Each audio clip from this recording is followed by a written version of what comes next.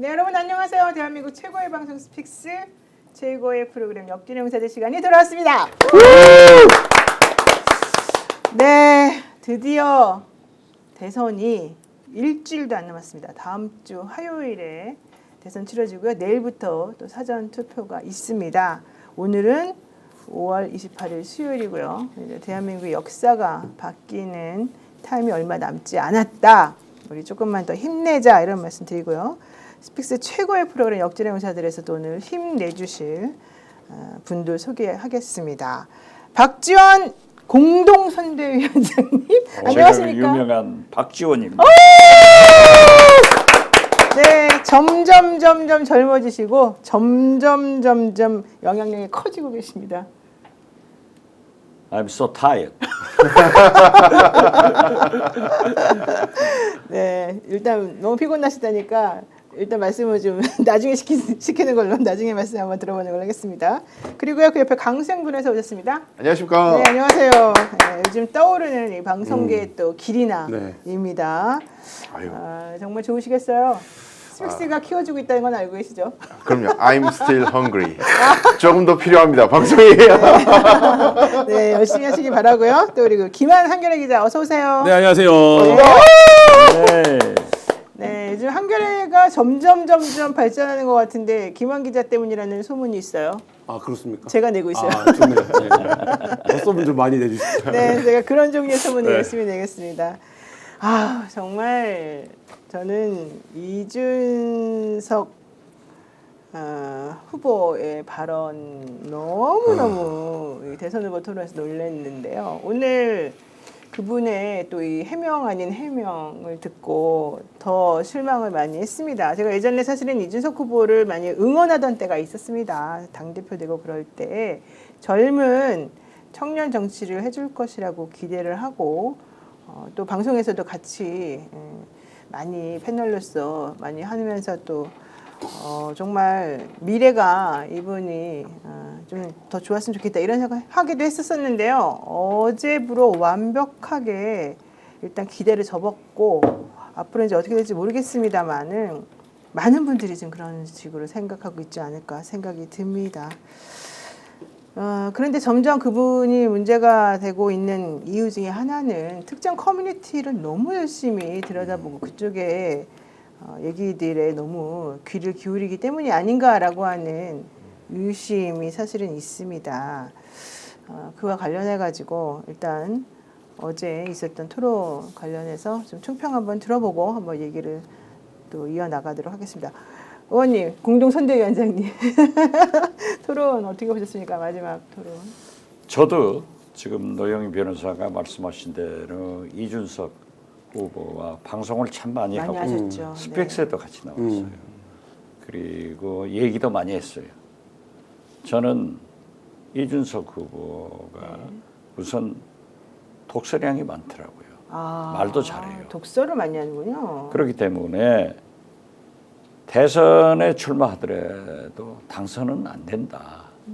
그러니까 목표를 10% 지지를 받고 그 대신 국민에게 좋은 인상, 좋은 메시지를 남겨라. 네.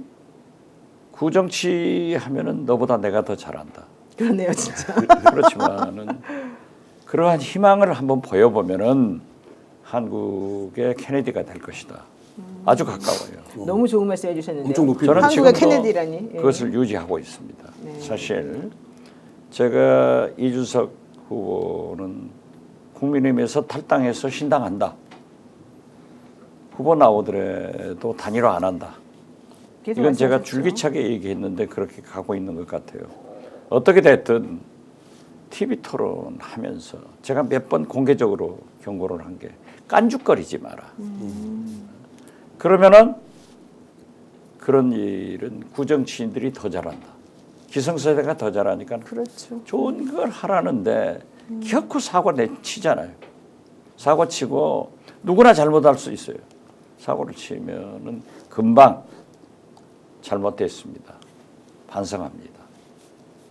고쳐나가겠습니다. 하면 되는 거예요. 네. 그런데 어제는 또 이상한 얘기를 하고 오늘 또 저렇게 하고 문제가 많아요. 아무튼 엄청난 시련이 왔지만은 저는 여기에서 반성하고 성찰해서 좋은 정치인으로 다시 태어났으면 좋겠지만은 굉장히 큰 업보를 가지고 간다 네. 이렇게 평가합니다.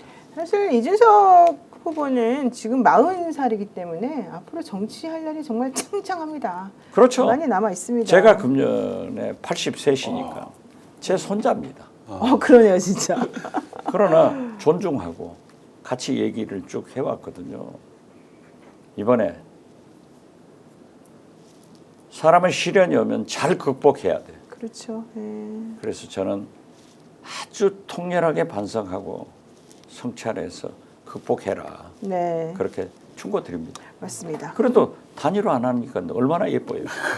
아니 저는 뭐 단일화를 해도 뭐 특별히 그럴 것 같진 않지만. 아 그렇지만은 네. 지금 와서 생각하니까 지금 해봐야 별것 없다 하지만은 지난주까지 네. 엊그제까지 만약 단일화했다고 하면은 물론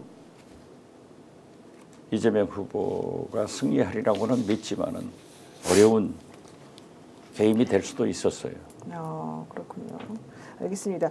어쨌든 이준석 후보는 오늘 기자들이 막 질문을 하니까 아니 그보다 더 어떻게 순화를 시키란 말이냐? 나는 좀 그게 이해가 안 간다. 자꾸 이런 식의 태도를 보여서 저는 너무 이해가 안 갔고 도대체 뭐가 문제인지를 이해를 못하고 이 상황의 본질을 절대 알지 못하는구나 이 사람은 이런 생각을 제가 좀 했는데요. 그것이 좀 젊은 세대들이 잘못하고 있는 거죠.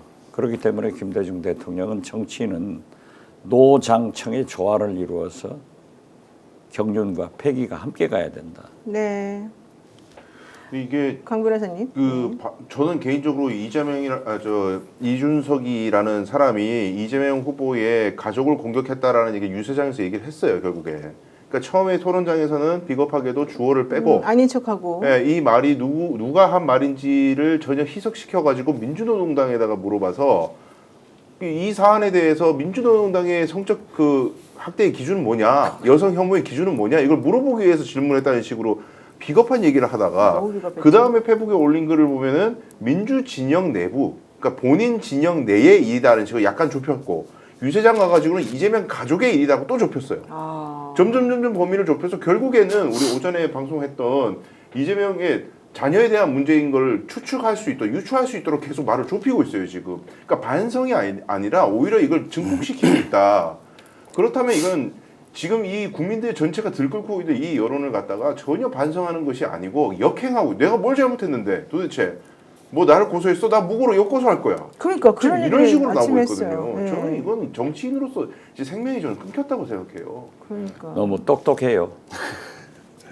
근데 그렇게 머리를 쓰면은 우리를 너무 바보로 하는 거 아닙니까? 근데 저는 여러 가지 면에서 뭐 저도 그 대선 때 TV 토론 많이 지켜봤었지만 여러 가지 의미에서 굉장히 충격적이었는데 일단은 말씀하신 것처럼 저런 공격을 내가 하고 싶어. 내가 게시판을 너희들보다 내가 훨씬 많이 보는데 이게 게시판에서는 굉장히 핫 이슈야. 그러니까 내가 이 공격을 하고 싶어라고 했다고 하더라도 보좌진에서 일단 제어가 됐었어야 돼요. 그러니까 이거는 TV 토론에서 하기에 적절치 않은 문제 제기고 더군다나 이걸 설명할 수 있는 방법이 없다. 라는 문제 제기가 있었어야 되는데 그게 없이 넘어왔다라는 거고 오늘 김철근 사무총장이 방송 나와서 한 거 보니까 알고 있었던 것 같더라고요. 사전에 그런 얘기가 할 거라는 걸. 그러니까 이제 그런 측면에서 이게 전체적으로 그러니까 개혁신당 이준석 캠프의 말하자면 정무적 판단이 뭐냐. 판단력이 있는 거냐 이 부분이 굉장히 의문스럽고 또 하나는 어제 그 발언을 하고 나서 오늘 아침자 라디오에 나와서는 사과를 안 했습니다. 사과를 안 하다가 맞아요. 오전에 오히려 더 세게 나갔어요. 네, 오전에 분위기가 심상치 않음을 느끼고 불쾌감을 느꼈을 분들한테 심심하게 사과하겠다라고 하면서 단서를 달았어요. 근데 나는 검증이 필요하다고 생각해서 문제 제기를 한 거고 그 생각은 여전히 유효하다라는 맹구 얘기를 했거든요. 이렇게 보면 우리가 흔히 말하는 이제 위원장님이 이제 통렬한 사과를 하고 거듭났으면 좋겠다고 말씀하셨지만 이 말하자면 어떤 문제에 사후적인 대응에서 사과를 할 때 인정하고 반성하고 재발 방지 행동을 약속하고 이 단계를 밟아줘야 사람들이 그래 뭐 한번 실수할 수도 있지 아니면 너무 큰 죄를 졌지만 내가 좀 지켜봐 주겠어 이렇게 생각을 할 수 있는데 지금 이준석 후보의 태도는 그게 아니다. 이런 면에서 놓고 보면 오늘까지는 뭐 이제 앞으로 정치인 유서 어떻게 될 거냐 진퇴 여부를 고민해야 되는 오늘 뭐 들불처럼 뭐 단순히 이제 대선에만 문제가 아니라 국회에서 제명해야 된다는 의견까지 지금 나오고 있는 상황이라서 이 수습이 과연 가능할지 뭐 이런 거는 지금 좀 굉장히 의문점이 있는 상황입니다. 게다가 더 나아가서는요, 천하람 의원이 뭐가 도대체 문제인지 모르겠다. 그러니까요. 우리는 더 세게 하라 그랬는데 이준석 후보가 오히려 약하게 했다. 이렇게 나오고 있다는 거예요. 전혀 지금 정신 못 차리고 있어요. 미친 거 아닙니까? 네. 현실적으로 지금 그분은 비례대표 의원 아닙니까? 천하람 그러니까요. 의원은. 예. 그리고 이게 자기네들 의도는 알겠어요. 지네들 의도는 자, 왜 민주진영은 너희들 뭐 성인지 감수성이니 여성 보호니 이런 얘기 하면서 너희들 잘못에 대해서는 왜 비판 안 해? 이 얘기 하고 싶은 것 같은데 그러면은 방송에서 그런 의도라면 그리고 이재명 가족을 뭐 들먹일 의도였다면 지금 일단 그 발언을 진짜 이재명의 가족이 했는지 여부도 팩트 체크가 안 돼 있어요. 근데 설령 그게 맞다고 가정을 하더라도 시청자들과 어린 학생들까지 다 보고 있는 토론장에서 순화를 하면 예를 들어서 그쪽도 가족 중에 부적절한 말씀하신 적이 있는데 왜 그거에 대해서 비판 안 하세요? 이 정도로 하면 되잖아요. 그걸 왜 그걸 뭐 성기 어쩌고 그런 얘기 왜 하냐고요 도대체. 그건 저열하는 의도가 있는 거잖아요. 아주 적나라하게 그걸 밝힘으로써 사람들이 비난의 화살을 퍼부어라. 이쪽에다 활약을 집중하세요. 자포 찍는 행동이잖아요. 어디 그걸 뭐 자기가 순화할 대로 순화했다고 거짓말을 해요. 저는 천하람 의원이 오늘 정치 시그널이라고 하는 채널A 유튜브 프로그램 나와가지고 한 말이 더 충격이었어요. 뭐라 그랬냐? 굉장히 조심스럽게 얘기했다. 실제 표현도 최대한 순화해서 원론적으로 이야기하려고 노력한 것이다. 오늘 이준석 후보의 인터뷰를 보니까 심상정 후보가 예전에 홍준표 시장한테 돼지 발정제를 공격했을 때 그때는 그러면 아무런 문제가 없었냐 이 얘기를 하는 거예요. 이게 말이 그러니까 되는 소리인가요? 정치는 경륜이 필요한 거예요. 네. 지금 이 젊은 세대들의 자기 주장이 분명한 것은 존중돼야 되지만은 기준을 일탈하고 있지 않습니까? 네. 아까 우리 김 기자께서 말씀하셨지만은 보좌관들이 말렸어야 된다. 자 보십시오. 12월 3일 계엄 당일도 강남에서 술 먹고 집에 가서 샤워하고 옷바꿔 입고 국회 정문에 왔단 말이에요.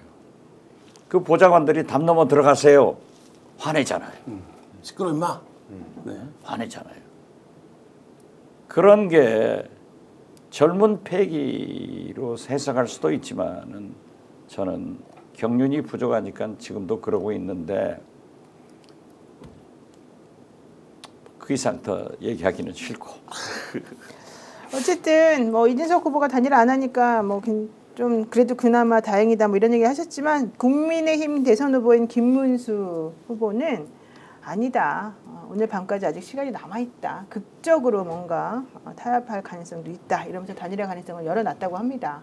저도 그래서 지금까지 이준석 후보를 옹호하고 잘 지내왔는데 제가 심한 말로 하면은 혹시 단일화 해버릴까 이런 염려도 해서 그렇지만 이건 아니다 해서 어젯밤 제가 SNS에 세게 비판하고 오늘 아침에도 비판했는데 일단 자기가 이제 사실을 인지하고 사과를 했다고 하니까 지켜보자는 거죠. 네, 근데 저는 솔직히 그 사람이 사과한 것 같지는 않은데 어쨌든 뭐 심심한 사과를 한다 그런 표현을 썼다. 지금 이 정도로 넘어가고요. 김용남 전 의원이 매불쇼에 나와가지고 이준석 후보의 그런 발언의 배경이 무엇인지를 좀 설명하는 듯한 말을 한 게 있습니다. 한번 들어보겠습니다.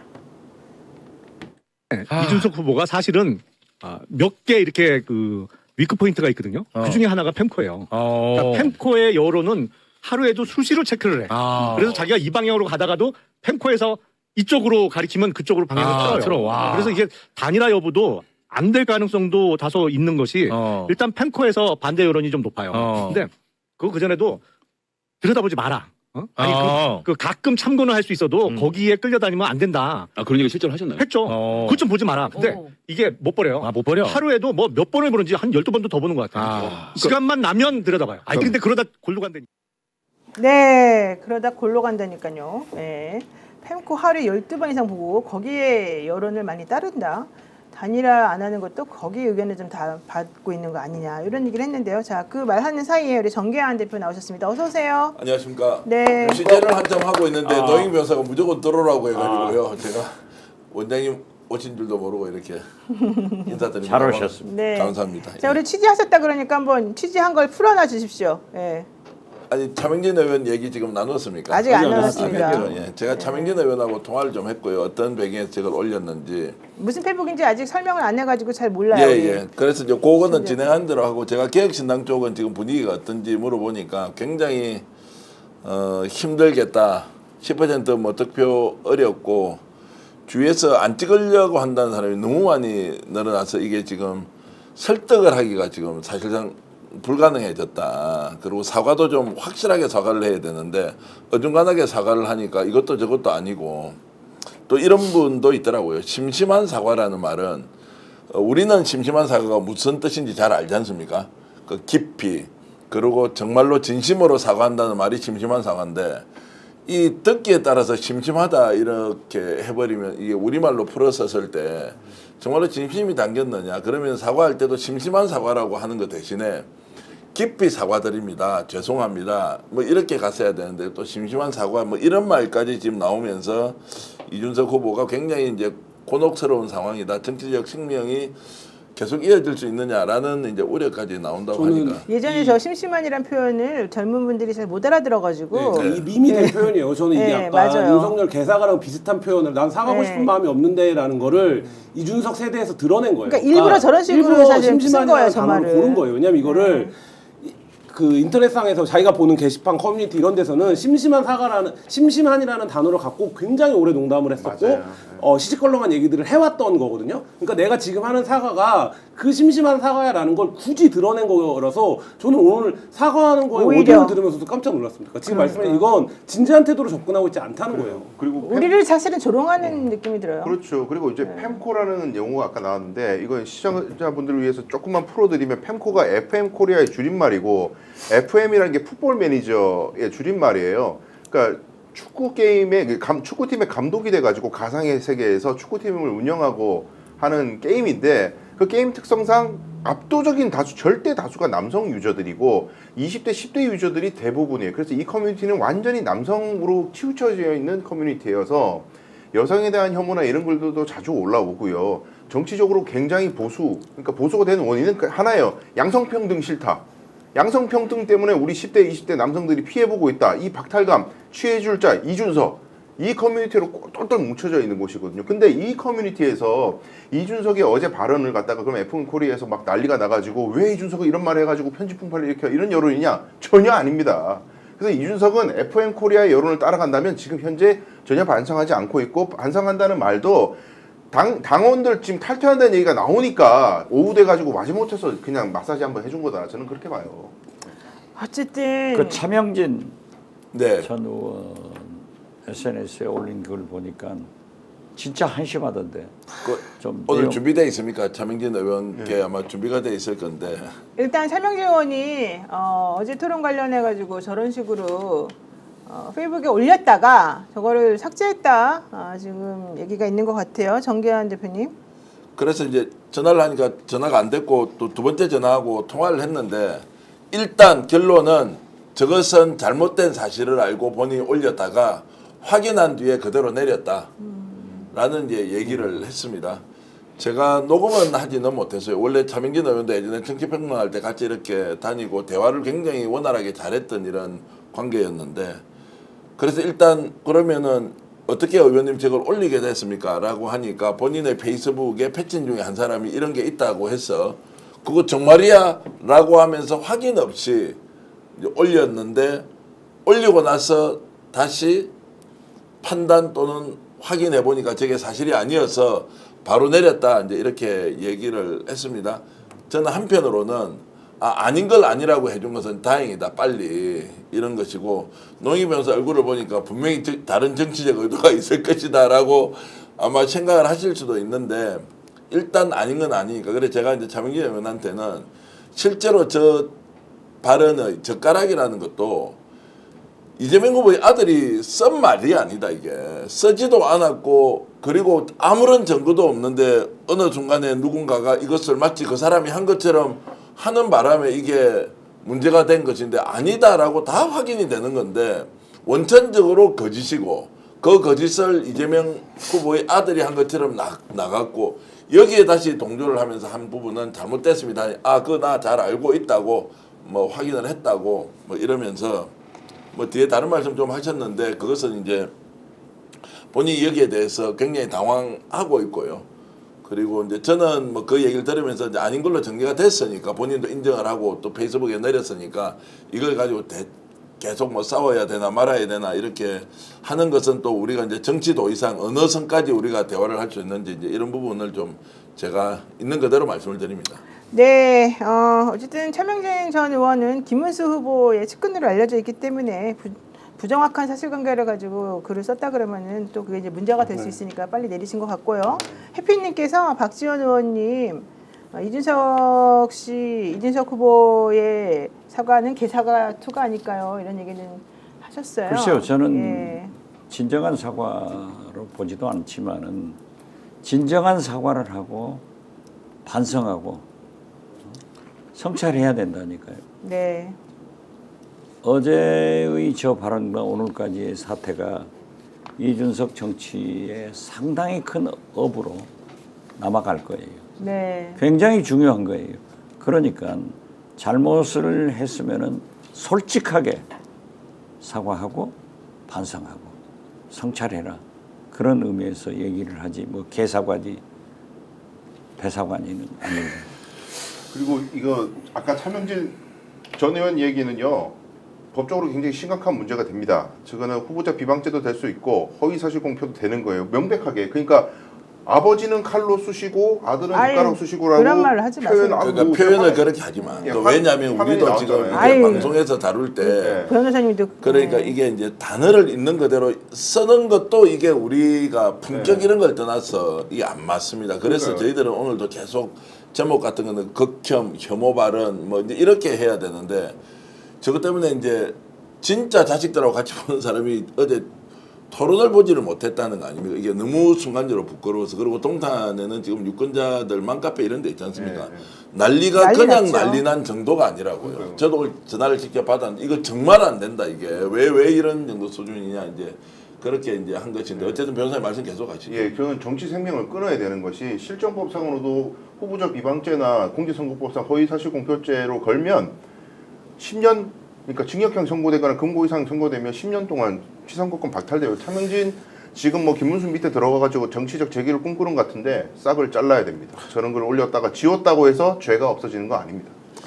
이준석 후보하고 가까이 지내는 분하고도 제가 오늘 통화를 하면서 솔직히 어떻게 보면 왜 이렇게 돼버렸나라고 물으니까 자기도 사실 이해를 잘 못하겠다라고 하면서 원래 주변 선배들 얘기 잘 안 듣지만 뭐 그래서 제가 천 대표는 왜 그러냐 지금 오늘 대답하는 게 아니면 아니라고 빨리 정리를 해줘야 되는데 천하람 의원은 왜 그러냐고 하니까 뭐 거기서 말을 잘 안 듣는다 실제. 그래서 뭐 조언이나 이런 걸 할 수 있는 게 없다라고 이제 그러면 조금 전에 김용남 의원이 얘기했듯이 그럼 조언을 받는 것이 팬코냐 이러면 갑자기 제 머릿속에는 그럼 윤석열하고 똑같네. 이게 바깥에서 상식 수준에서 보수 쪽에서 뭔가 조언을 해준 이게 아니고 극우 극단에 있는 유튜브 채널만 보고 모든 중요한 의사결정을 했다라고 하는 것과 연결을 시키면 오히려 주위에 있는 선배들조차도 이제 지금 조언을 하기가 어려운 상황이다. 그래서 저는 이제 두 가지를 잃어버렸다. 첫 번째는 단일화를 할 수도 없지만 단일화는 완전히 물 건너갔다. 왜냐하면 김문수가 단일화하려면 이준석과 단일화 할 수가 있습니까? 이 그래. 발언을 한 사람하고 단일화를 한다면 어떻게 되냐고. 아니 그래도 기다리고 있대요. 김문수 후보 측에서는. 그러면 똑같이 정신 나간 사람이고. 김문수 후보는 지금 이 시간 이전은 전혀 관계 안 해요. 네. 단일화 한다고 하면은 하죠. 그래서 저는 이제 단일화를 할 수 없다. 그러면 뭐 더 폭망하는 거죠. 이미 폭망각인데 뭐 집단 폭망하는 거고. 두 번째는 이준석이 앞으로 정치를 하겠다라고 생각하면 지금 냉정하게 민심이 어떻게 가는지 이것은 진영의 문제나 특정 정당의 후보 문제가 아니라 정치인이 지켜야 하는 최소한의 요건을 완전히 무시해버리고 이런 혐오적 발언을 대선 후보 주변에서 했다고 하면 이게 회복 불능 상태이기 때문에 지금이라도 본인이 사퇴는 물론이고 일단 정계에서 떠나고 정말로 와신 상담을 하고 돌아오든 어떻게든 조치를 해야 정말 살 길이 있지 않느냐라는 생각이 드는 거죠. 저는 이준석 의원을 용서 못하는 포인트 중에 하나는 이거예요. 또 그 표현을 직접 하면서 정말 저주스러운 것도 있지만 왜 제3당의 대선 후보의 입을 빌어서 이재명 후보를 공격하려고 그렇게 더러운 술수를 씁니까? 권영국 후보가 얼마나 당황했겠습니까? 너무 놀래가지고 토론 끝난 다음에 본인이 글도 올리고 했지만 그게 무슨 추접스러운 짓입니까? 저는 그런 행동을 하면서 권영국 후보에게 민주노동당은 이런 성적 확대에 대한 기준이 뭡니까? 이걸 재차 물어보고 집요하게 대답을 들으려고 하고 그러면서 마치 자기는 그런 의도가 아니었다는 식으로 자꾸 거짓말하고 어거지 쓰고 이게 저는 정말 비겁하고 나쁜 행동이라고 저는 생각하고 맞아요. 무슨 젊은 정치한다는 사람이 이렇게까지 수준이 저지르고 후질 수가 있는가. 옳소. 저는 정말 옳소, 화가 나더라고요. 그리고 또 이준석이 놀아요. 네. 지금 자기가 인식하고 있는 펜코라든지 가세연에서 나온 얘기 아니에요. 이 지가 얘기하는 그렇죠. 게 자기는 그게 되게 뭐 대한민국에 널리 알려진 사실인 것처럼 생각할지 몰라요. 그건 지 유니버스에서 갇혀 있는 거예요. 권영국 후보는 그 얘기 들었을 때 도대체 저게 무슨 소리야? 누구 얘기야 저게? 처음에 못 알아들었대요. 못 알아들으니까 대답을 안 하는 거예요. 근데 저거를 대답을 제대로 못 하는 거 봐라. 어버버 하는 거 봐라. 역시 민주진영은 위선적이야. 이러고 자빠졌다는 거예요. 게다가 지금 한술 더 떠서 무슨 뉴델리에서 기사 난 거 가지고 마치 그게 팩트인 것처럼 이재명 가족이 그런 얘기 한 게 맞다. 그것 때문에 형사처벌 받은 게 맞다는 것처럼 지금 그걸 사실관계는 이렇군요. 이래가지고 페북에 또 글을 올렸어요.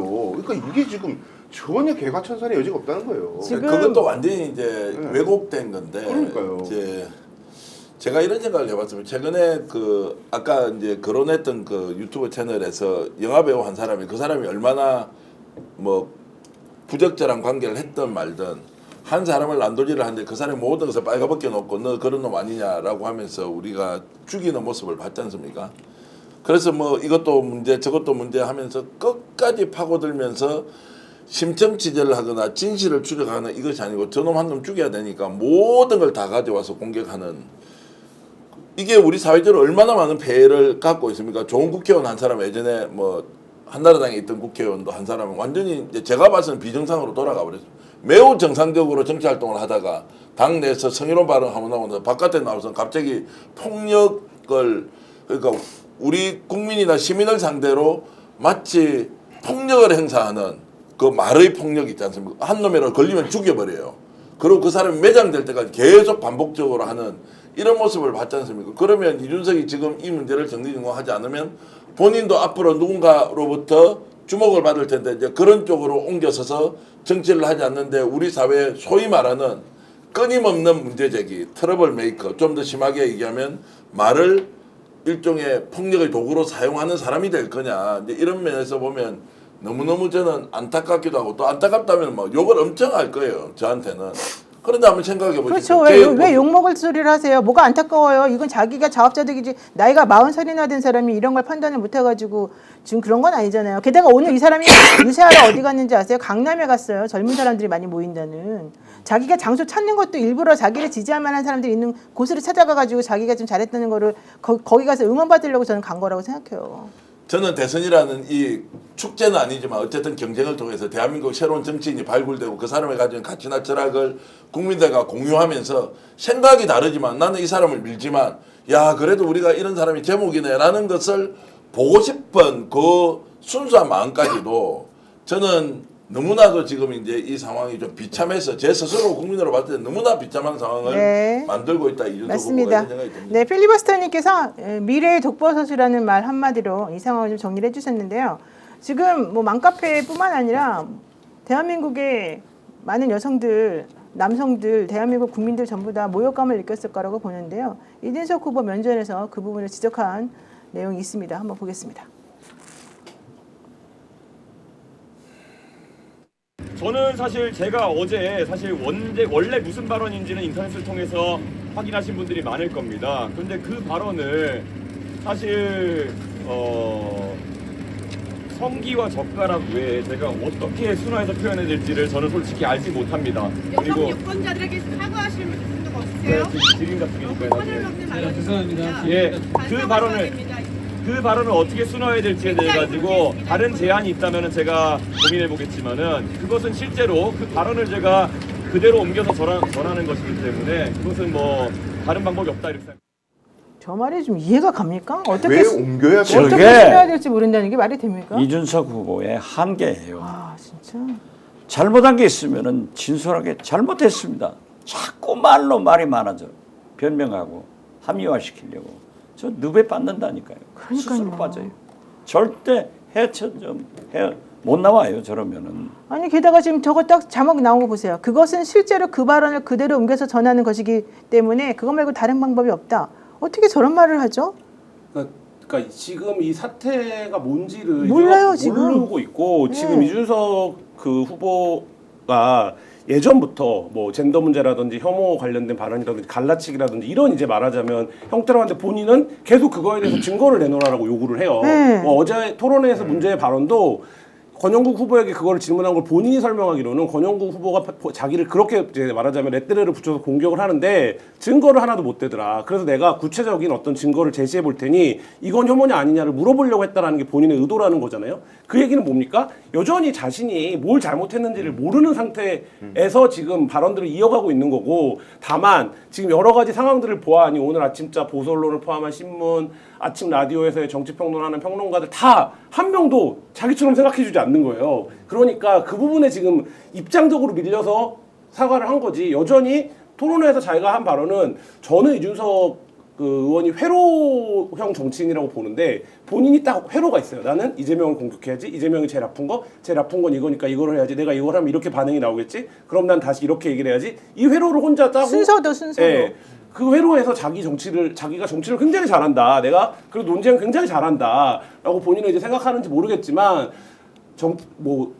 그 원장님 계시지만 정치라는 게 지켜보는 사람들의 감정, 마음에 따라 결정되는 거지. 내가 짠 회로대로 말하자면 유권자들이 반응해 주는 게 아니거든요. 근데 오늘 지금 저 발언도 정확하게 나는 그 의도로 얘기한 게 아닌데 왜 당신들은 그렇게 반응하냐를 묻는데, 이건 정치인의 태도가 아니고 국민에게 공감을 사서 권력을 잡겠다는 대통령 후보의 태도가 아니다, 이런 생각이 듭니다. 네, 분노의 똥집님께서 이준석 후보 좋은 정치인이 될 거라고요.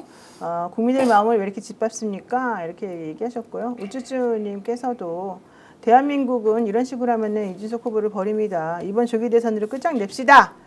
얘기해 주셨고요. 또 우리 해피님도 또 이 대표님 가족 주변 누구도 그런 말을 한 적이 없는데 왜 그렇습니까? 또 지적해 주셨습니다. 어쨌든 이거는 본인에게 매우 치명적이다. 이게 다른 사람을 공격하려다가 오히려 자기가 스스로를 망가뜨리고 스스로의 정치 인생을 매우 큰 위기에 빠뜨린 매우 잘못된 지금 행위다라는 걸 좀 인식을 하셨으면 좋겠다라는 생각이 듭니다. 다 드러나죠. 이제 켜켜이 쌓여 있던 소위 말하는 적폐입니까? 아니면 정신적 적폐, 문화적 적폐, 그리고 이제 이재명 후보에 대해서 가지고 있는 예단과 편견이 얼마나 폭력적으로 언어로 이렇게 표현되고 있는지, 이제 이것을 억누르지 못하고 대중들이 이제 알아차리고, 야, 이재명 그런 사람 아니야, 실제 진면목은 이런 것이야라고 이제 확인이 되고 있으니까 오히려 더 그런 발언을 함으로써 자극해서 본인이 옳다는 것을 증명해 보려고 하는 그것의 결과가 얼마나 처참하게 무너지고 있습니까? 그래서 이런 부분도 확실하게 도려내는 대통령 선거가 돼야 하고, 이제 국민들이 똑똑해졌다, 속지 않는다, 저 말 하더라도 누가 거짓말 시키고 있는지 훤히 알고 있다, 이런 말씀을 드립니다. 네, 어쨌든 지금 분위기는 매우 안 좋고요. 특히 개혁신당을 탈당하는 그런 인증 게시글이라 그래야 되나요? 게시판에 그런 글이 지금 상당히 많이 올라가고 있다고 하는데요. 대한민국 국민들이 바보가 아닙니다. 당신도 똑똑하겠지만 우리도 그 정도 눈치는 있습니다. 왜 그런 식으로 표현했는지 다 압니다. 자꾸 그냥 정직하게 정치를 하시는 게 본인의 정치 인생을 위해서라도 좋지 않을까 생각을 해봤습니다. 거기에 대한 반응이 뭔지 아십니까? 뭐예요? 이 땅이 더 많은데요? 이 땅하는 사람이 더 많은데요? 이렇게 지금 반응하고 있습니다. 그래요? 예. 너무 똑똑하면 안 된다니까요. 네, 겸손히 따라 붙여야 돼. 그래서 우리가 인격을 강조하는 거예요. 알겠습니다. 네, 자 국민의힘도 지금 뭐 썩 좋은 상황은 아니고요. 사실은 이제 여론조사 깜깜이라고 보통 표현하는 그 여론조사 공표 못하는 그런 기간이 이제 접어들었습니다만은 어제까지 여론조사 했던 그 결과들은 오늘 발표를 할 수가 있지 않습니까? 그렇죠. 네, 그 결과를 보게 되면은 지금 제가 오늘 들은 것만 해도 벌써 SBS라든가 뭐 CBS라든가 여기저기서 나온 여론조사 결과를 보게 되면 이재명 후보 지금 화면 보시면 중앙일보 갤럽 여기서는 지금 49%, 그다음에 동아일보에서는 또 45.9%, 또 KBS는 45%, 뭐 에너지 경제 리얼미터에서는 49.2%, 또 뉴시스 에이스 리서치에서는 48.9%이고요. 사실은 이준석 후보는 지금 10% 넘는 퍼센테이지 나온 게 중앙일보하고 동아일보 이쪽이고, 나머지 것들은 이제 좀 어제 그 토론을 계기로 해서 저는 좀 많이 빠지지 않을까 개인적으로 좀 생각을 하는데, 저렇게 격차가 많이 벌어지게 되면 현실적으로는 대선에서 이렇게 이 보수나 이런 쪽이 그동안에 써왔던 전략이 사실 잘 먹히지 않는 쪽으로 결과가 나올 가능성이 좀 있어서 그 부분도 조금 본인들이 좀 판단해봤으면 좋겠습니다. 여러 가지를 섞어서 이렇게 판단하면 격차가 더 벌어진다. 그리고 뒤로 갈수록 힘이 오히려 빠진다. 보수는 결집보다는 오히려 이재명 후보 쪽으로의 결집력이 훨씬 더 강해질 것이다. 이렇게 보이잖아요. 이 순간까지도 언론 일부에서는 격차 좁혔다, 줄어들고 있다, 해볼만하다 이렇게 가고 있습니다. 이게 윤석열이 일종의 정치승리법으로 여론이나 민심의 흐름을 제대로 읽지 못하고 끝까지 우리는, 왜냐하면 전보니까 이긴다고 하더라, 어디 간데 용한데 그거 한번 찾아가 보라, 이렇게 지금 해왔지 않습니까? 똑같다. 시기가 다르고 사람이 다를 뿐이지 접근하는 방식은 거의 유사하다. 결국 뭐냐, 민심과 여론을 읽어내지도 못하고 이해하지도 못하고, 그리고 최종적으로 판단도 최악의 수로 판단한다. 더 많이 벌어지도록 다 뛰어들어서 정말 투표해야 한다. 내일 아침 6시 저는 갈 겁니다. 우리 동네 딱 어디서 가면 되는지 이제 줄을 많이 설 것 같은데, 아침에 제일 먼저는 아니라도 6시 전에 가서 기다려서 내가 정말로 요즘 손이 건질건질 해가지고요. 정말로 건질건질 해가지고 내가 제일 먼저 세게 한번 확 찍고 제가 오려고요. 어쨌든 이런 사람들이 너무너무 많습니다. 보수 감사합니다. 패널들하고도 내일 모레 예. 사전 투표를 하는 것은 DJ가 말한 행동하는 양심입니다. 행동하는 양심이다. 그렇죠. 네. 그런데 우리 민주당에서도 저도 그런 얘기를 했습니다마는, 김문수 후보가 어떻게 됐든 한덕수 단일화를 통해서 후보로 확정되고 그러면은 집토끼가 모입니다. 그래서 좀 올라갈 것으로 봤고, 또 우리 국민들은 한 후보에게 쏠림을 잘 인정하지 않아요. 네. 그래서 제가 볼 때는 이재명 후보의 표가 권영구, 이준석한테 약간 나가서 저도 5% 미만까지도 격차가 좁아질 수 있다 했는데, 이번에 지금 어제 네. 여론조사에서 오늘 발표한 거 보면은 훨씬 벌어졌어요. 그렇죠. 12%, 15% 두 자리 숫자로 다시 벌어졌는데, 그것은 왜 그러냐? 이낙연 모두 돕는 사람들이 그렇게 많아요. 그리고 김문수 후보가, 자 보십시오, 박정희 그리워서 눈물을 글썽이는가 하면은 이명박 박근혜 찾아가고. 찾아가죠. 이명박 찾아가죠. 그래서 저는 옛날 우리, 지금도 그렇지만 5인조 밴드가 유명했잖아요. 네. 악당 같은 데 가서 노래하면 얼마나 잘해요. 5인조 김문수 유세단이 한번 꾸려졌으면 좋겠어요. 김문수, 윤석열, 박근혜, 이명박, 이낙연. 얼마나 환상적인. 환장이 좋대요. 환장이 좀. 어우, 이 사람들이 정말. 전부 김문수를 돕고 있는 게 아니라 상대적으로 이재명을 돕고 있다고요. 그러니까 저는 지금까지 변하지 않고 있는 이 판국에 정권 교체가 55%, 정권 유지가 35%. 네, 이게 중요하죠. 이 선이 지켜지지 않을까, 저는 그렇게 예측합니다. 제가 네. 주변에 이제 어떨 때는 뭐 민주당도 찍고 어쩔 때는 뭐 국민의힘, 새누리당도 찍는 친구들한테 물어보면 토론을 본 감상이 그거더라고요. 김문수 후보가 이길 의지가 없어 보인대요. 그러니까 본인들이 이게 선거가 일정한 자기가 응원하는 사람이 당선되기를 바라는 게임 같은 측면도 있는 거잖아요. 그렇죠. 근데 그래서 도저히 말도 안 되지만 한번 찍어볼까라고 보면 막상 선수가 이기려고 나온 게 아닌 사람인데 이렇게 받아들여지니까 이게 이제 미디어 선거에서는 안 되는 거고, 저도 그 얘기를 듣고 어제 보면, 어제 뭐 이준석의 발언이 모든 걸 덮었지만 김문수 후보가 1차, 2차, 3차 토론 내내 정말 저 사람이 이기려고, 이길 의지가 있는 후보인가, 이 부분에서 그러니까 저는 보수층이 막판에 좀 벌어지는 게 역시 김문수가 이기려고 나온 선거가 아닌 것 같아. 이 마음이 굉장히 좀 크게 밑에를 흔드는 것 같고 있다 이런 생각이 들더라고요. 저는 좀 걱정되는 게 사실 이거였어요. 김문수 후보가 6월 3일도 투표해 주시고요. 사전 투표도 뭐 6월 3일에 못 하실 분 있으면 사전 투표도 하세요. 이제 이렇게 말하면서 뭐라고 말하냐면 그건 넌센스예요. 진짜 아니, 김문수 후보가 그렇게- 사전 투표하겠다고 하는 것은 그러니까. 근데 그렇게 말하면서 뭐라고 말하냐면요. 제가 놀란 게 이거예요. 사전 투표 부정 적발하면 완전히 판 뒤집을 수 있으니 고발해달라. 이제 이 얘기를 명확히 하는 거예요. 그러니까 혹시라도 이런 걸 가지고 자기네끼리 뭔가 조작하고 뭔가 밑밥 깔고 나중에 이제 자기네가 좀 이거 인정 안 하려고 뭐 장난치려나 예. 이런 느낌이 갑자기 탁 들면서 갑자기 되게 기분이 안 좋아지더라고요. 그러니까 그런 부분들은 조금 신경을 써야지 되지 않겠나 개인적으로 좀 그렇게 생각을 합니다. 그래서 저는 이제 뭐 격차가 어느 정도 나온다. 이것은 제가 며칠 전부터 완전히 접었고요. 투표율로 우리가 일단 모든 걸 보여줘야 된다. 그러면 투표자가 직접 봐라 부정선거 있는지 없는지 국민들이 다 알고 있을 거고 이번에 25만 명 정도가 현장에 지금 참관인으로 들어가거든요. 숫자도 늘어났고요. 기자들 다 갈 수 있고요. 특히 지역 사회에 있는 우리가 뭐 새마을부터 이런 이제 소위 말하는 관변단체나 이런 데 있지 않습니까? 다 신청받아서 들어가서 보라고 했어요. 그렇게 보는데 어떤 부정선거가 생길 수 있어요? 누가 그걸 부정선거라고 주장할 수 있으며 그리고 사전투표하는 투표함을 옮길 때 이미 참관인들이 정당 참관인들이 다 갑니다.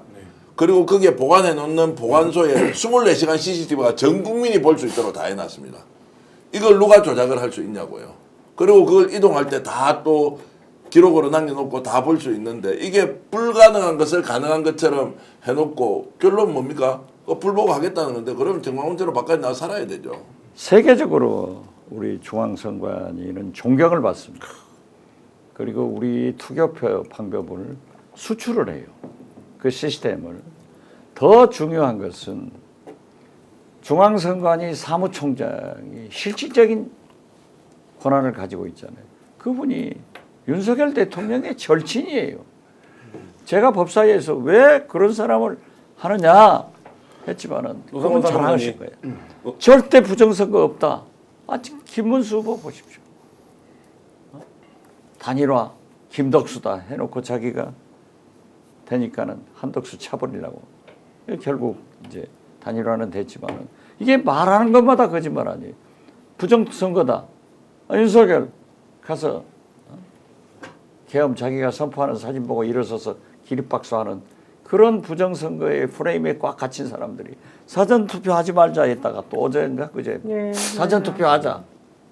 이게 말이 됩니까? 이거 염려되는 제도적으로 안 돼요. 그러니까 염려되는 시나리오가 있습니다. 김문수 후보가 참패를 하면은 부정선거론 가지고 나올 가능성이 또 있어요. 왜냐하면 국민의힘에서 김문수는 주류로 남기를 원하고 김문수가 주류로 남아야 정광훈 파든 뭐든 그 당권을 잡으려는 일파들이 버틸 수 있는데 참패를 하고 나면 후보 책임 논의에서 나가라고 할 가능성이 있잖아요. 이거를 버틸 수 있는 원동력은 하나밖에 없다.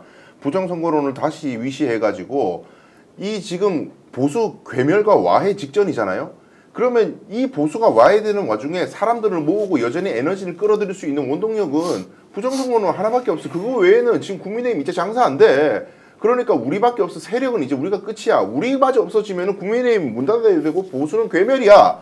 이런 식으로 프레임을 짜서 자기 내부도 평정하고 부정선거론 계속 확대 재생산해서 그리고 TK 지역 TK는 아직까지도 내 주변에 전부 이재명 욕하는데 누가 이재명 지지를 해? 이런 정신 가지고 있는 사람들은 부정선거론 얘기하면 또 믿어요. 그러니까 저는 충분히 또다시 사회 혼란을 일으키는 논리들이 또 나올 거다. 예. 강 변호사, 저는 TK도 많이 변했다. 네. 과거 김대중 후보하고 제가 이제 모시고 다녔잖아요. 소위 동진 정책을 썼지만은 두 자리 득표를 위해서 혼신의 노력을 다했지만은 항상 한 자리 득표예요. 이번에 이재명 후보에 대한 지지 여론조사가 31%더라고요.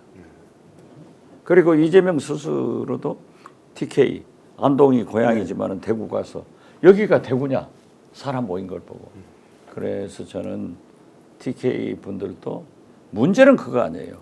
내란이냐 내란 종식이냐 구태타 세력이냐 반대하는 민주주의자 이런 선택이기 때문에 저는 TK도 투표장에 가서는 내란 세력한테 투표할 수 없을 거다 그렇게 봐서 상당히 좋은 표가 나올 것을 기대합니다. 35%까지 대구 경북에서 이제 가면 기적이 일어나는 거죠. 그게 저는 불가능하다고 생각하지 않고요. 조금 전에 이제 부정선거 이런 거 이야기하지 않습니까? 대선 불복 뭐 이런 거지 않습니까? 어떻게 생각할지 모르겠는데 그렇게 하라고 차라리 내버려 두죠. 우리가 그게 잘못됐다고 하지 않습니까? 아니 그렇게 해도 부정선거를 계속 주장하고 다니는 분이 황교안 예. 전 총리 아니에요? 그분 이번에도 출마했대요. 네. 출마를 하고 그리고 지금 사전투표에 대해서 본인이 아무런 얘기를 하지 않아요. 네. 그럼 사전투표를 자기가 인정하지 못한다고 하면 부정선거라고 얘기해야 되죠.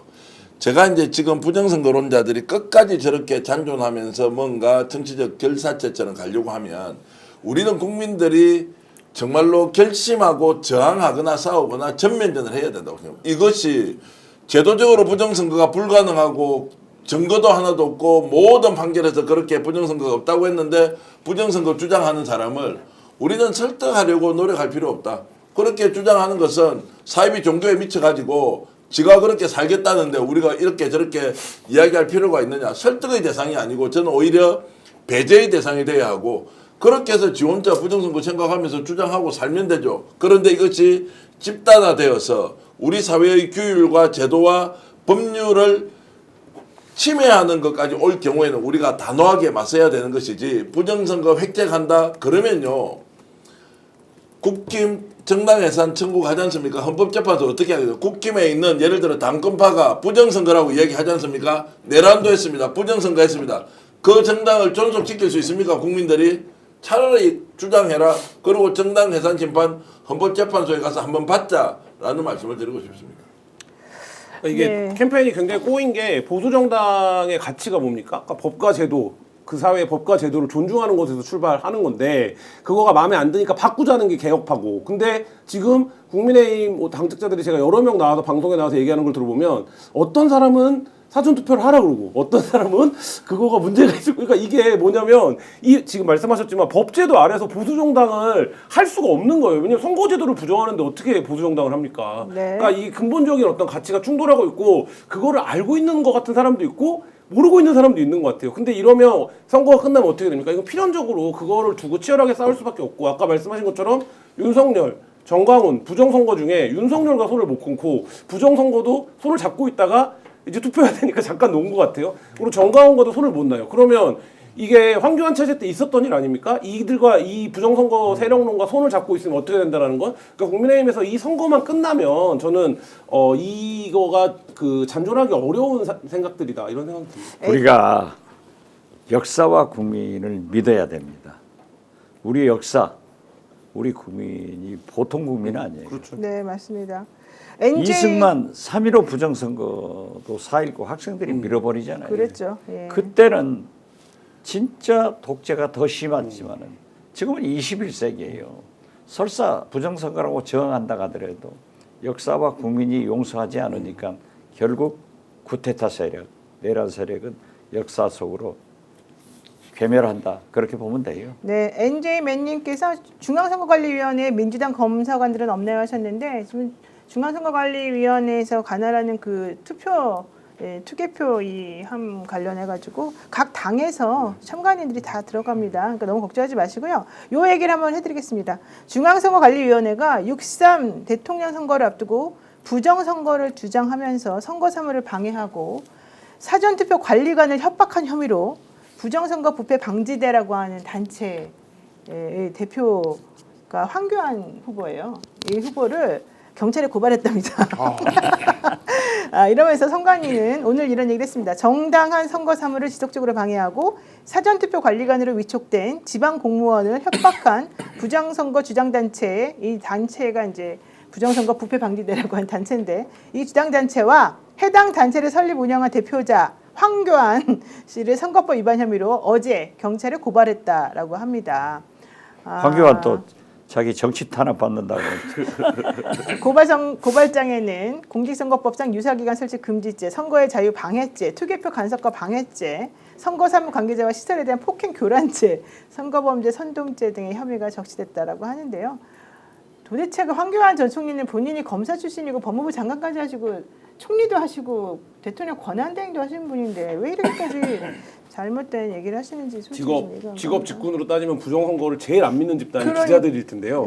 예. 저희만 바빠요. 이 부정선거 얘기를 하도 많이 해서 지금 개표할 때 처음부터 끝까지 다 지켜야 되는 거 원래 그렇게까지는 안 하거든요. 그렇죠. 근데 이제 가봐야 되는 거 아니냐 이런 단계까지 왔으니까 이게 사회적 어떤 뭐라 그럴까요 병폐 세력이 특정 직군의 노동 조건을 굉장히 가혹하게 나쁘게 만든다 이런 생각이 듭니다. 어쨌든 중요한 건 이겁니다. 사전투표 관리관에게 이 황교안 대표가 대표로 있는 그 단체에서 전화를 걸거나 찾아가거나 사전투표 용지에 개인 도장을 직접 날인할 것을 강요하고 여기에 동의하지 않으면 고발하겠다고 말하고 근무지 근처에서 1인 시위를 하는 등 그 선거 업무 방해와 협박을 해왔다라고 얘기하면서요. 앞으로 이런 근거 없는 부정선거 음모론에는 단호하게 대처하겠다 이렇게 얘기를 했습니다. 그러니까요. 황교안이라는 사람이 총선을 총괄 지휘하다가 총선 완전히 말아먹고 난 다음에 나오는 얘기가 이거 아니에요.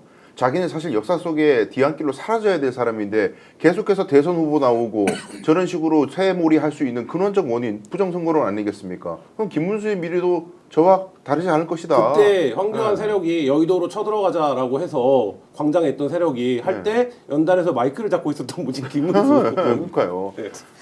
자, 어쨌든 지금 현재 몇 시간 안 남았습니다만 단일화는 제가 보기에도 거의 불가능해 보이긴 합니다만 또 어떻게 될지 모르니까 일단은 지켜보도록 하고요. 제가 아까 뭐가 확 다 이게 이제 드러나서 우리가 분별도 하고 판단도 하고 아닌가 맞는 거 지켜야 할 거 버려야 할 거 다 구분해 주는 게 이번 대선이라고 저도 이제 말씀을 드리지만 황교안이라는 사람이 경기고등학교를 나오고 성균관대 법대를 나와서 사법고시를 내서 대통령 권한대행까지 간 사람이지 않습니까? 이런 사람이 지금 선거 부정을 외치면서 대선 후보로 나와서 무소속으로 그 뭐 3억은 어쨌든 걸기는 걸었을 겁니다. 재산은 많더라고요. 이게 우리 사회에서 이분이 이제 뭐 어쨌든 우리나라 다 이제 죽는 거 아니에요, 태어나면. 그러면 뭔가 역사적으로 흔적을 남긴다. 아니 최소한 공직자로서 평생 녹을 먹고 살았고 그 돈의 출발은 결국 국민들이 내는 세금이지 않습니까?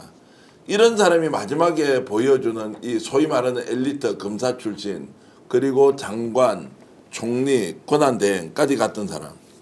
요즘 우리 박지원 원장님께서도 비판 많이 하시지만 대표적으로 이낙연 당대표 그리고 총리 같은 사람이 지금 보여주는 모습 정말로 이렇게는 살아서는 안 된다는 걸 보여주니까 이 두 사람이 나와서 누구를 지지한다 아니 선거 부정이다라고 하니까 더 화가 나서 민주당 이재명 정말로 이런 자들이 우리 사회에 발을 붙이지 못하도록 하는 거는 정말로 이 선거가 아니었으면 어떻게 우리 뜻을 표출하겠느냐 이러면서 오히려 선거운동원이 되어서 민주당을 활활 열기에 불을 이렇게 지펴주는 역할을 하고 있다. 그 잘됐다 차라리 있는 그대로 다 이야기해라 더 이야기해라 나와서 정말로 그런 말씀을 드리고 싶습니다. 네, 이재명 후보가 지금 현재 김문수 지지 선언을 한 여러분들에 대한 기사를 보고 웃었다는 내용이 하나 있던데요. 한번 이거 보고 나서 얘기를 하겠습니다.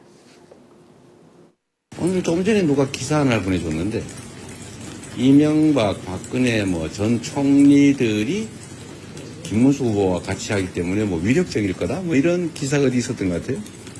제가 그거 보고 잠깐 좀 웃었는데 그러니까 국정농단 세력, 부정부패 세력, 박근혜, 이명박, 그다음에 국가 반란 세력, 윤석열 팀, 이 세 팀이 모인 거 아니에요? 반란, 부패, 무능. 연합을 하면 새로운 세상이 만들어집니까? 라는 생각을 하게 될 것 같아요.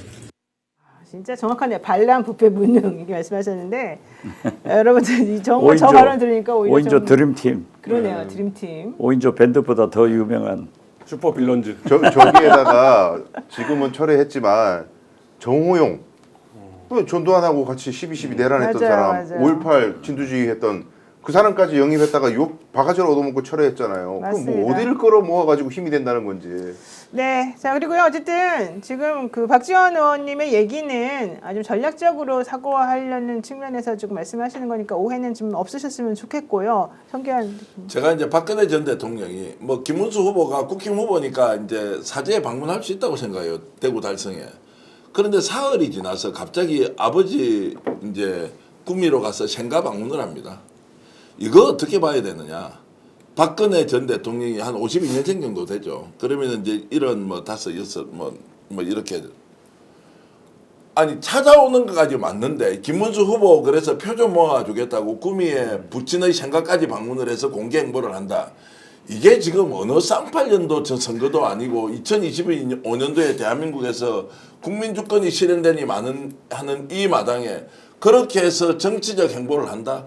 원래 박근혜 전 대통령이 그런 수준이었어요. 정치를 그런 수준으로 정치를 했냐고. 그래서 최순실이 옆에 있어서 국정농단을 버리고 할 때도 아무 못하고 십창시들 옆에 두고 했던 그 사람이 김문수 같이 윤석열과 단절도 못 시킨 사람이 후보됐다고 찾아왔는데 누가 어떤 놈이 부탁을 했는지 모르겠지만 사흘 뒤에 박근혜가 직접 자기 아버지 생가를 찾아서 공개 행보를 하는데 충청북도 옥천 어머니 생가도 갔어요.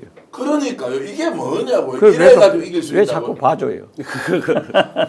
저는 댓글 중에 제일 인상적인 게 그거였어요. 이 뉴스 관련해서 티끌 모아 태산이라던 진짜 어디서 티끌들만 모아고 있다 이런 댓글이 있어요. 저는 오늘 댓글 중에서 정말 인상 깊은 댓글이 뭐냐면 죄송합니다. 그 이찍이라고 보통 얘기하잖아요. 그분들은 그냥 인감도장 갖고 가서 찍으세요. 왜냐면 아까 그랬잖아요. 그 황교안 대표가 있는 단체에서 개인 인감도장 갖고 가서 찍을 수 있게 해달라 뭐 이런 얘기 했다는데 그러면 무효가 되지 않습니까? 오히려?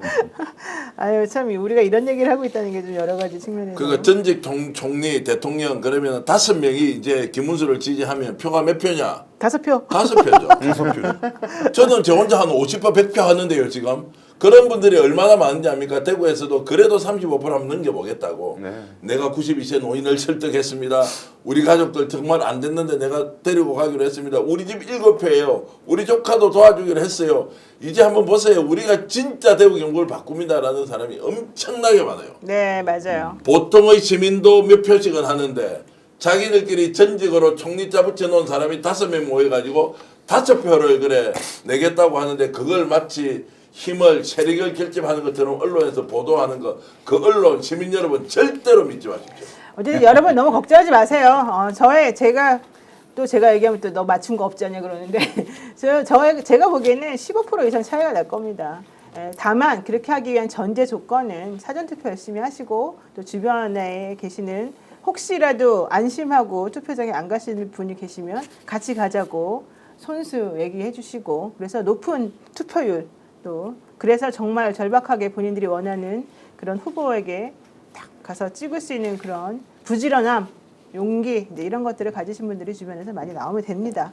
네, 그냥 본인이 믿는 대로 또 대한민국 국민을 믿으시면 될 것 같습니다. 저 그리고 오는 네. 길에 지하철에서 투표 언제 할 거야? 뭐 토요일 날 하지 뭐 이런 사람 실제 제가 토요일, 들었어요. 토요일은 안 사전투표 됩니다. 뭐 네. 없어요. 이거 정말 뭐 여러 군데에서 강조하고 있지만 토요일 갑자기 돼서 오늘 왜 선거 안 해? 그런 일 없도록 잘 챙기시기 이게 바랍니다. 토요일 날 이번에는 사전투표일이 포함이 안 된 게 화요일 날 선거를 하기 때문이라고 그러더라고요. 보통 그 전날에 그 전에는 수요일 날 투표를 했기 때문에 아마 5일 전인가까지가 뭐 이제 이 사전투표가 가능했던 것 같은데 이번에는 화요일 날 하다 보니까 목금만 그렇게 사전투표할 수 있는 날로 됐다고 합니다. 토요일 날 하지 마십시오. 예. 다행스러운 거는 이제 많은 분들이 안심하라고 해도 나는 안심할 마음이 없다. 압도적 표차로 이긴다고 해도 그거 모르겠다. 네네. 나는 가서 무조건 찍는다.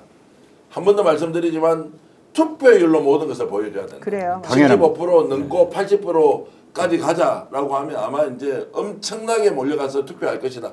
끝까지 긴장을 놓치지 말고 투표로서 우리의 주권을 그대로 발휘하자 이런 말씀드립니다. 선윤님께서 정확한 말씀하셨습니다. 사전투표 불안 조장, 본투표 강조하는 지지자인 척하는 그런 댓글 부대에 속지 마시고 사전투표든 본투표든 본인이 투표할 수 있을 때 꼭 가서 투표하십시오. 예, 이 말씀이 정말 정확히 맞는 것 같습니다. 네, 여러분 오늘 또 많은 분들께서 분노의 댓글 그냥 막 미친 듯이 올려주셨고 저도 초창기에 방송 시작하면서 좀 분노하는 말을 좀 표현하기도 했는데요. 이게 언제 어디까지나 좀 이해가 되지 않은 여러 가지 상황 때문에 말씀드렸던 것이고 저는 대한민국 국민을 믿습니다.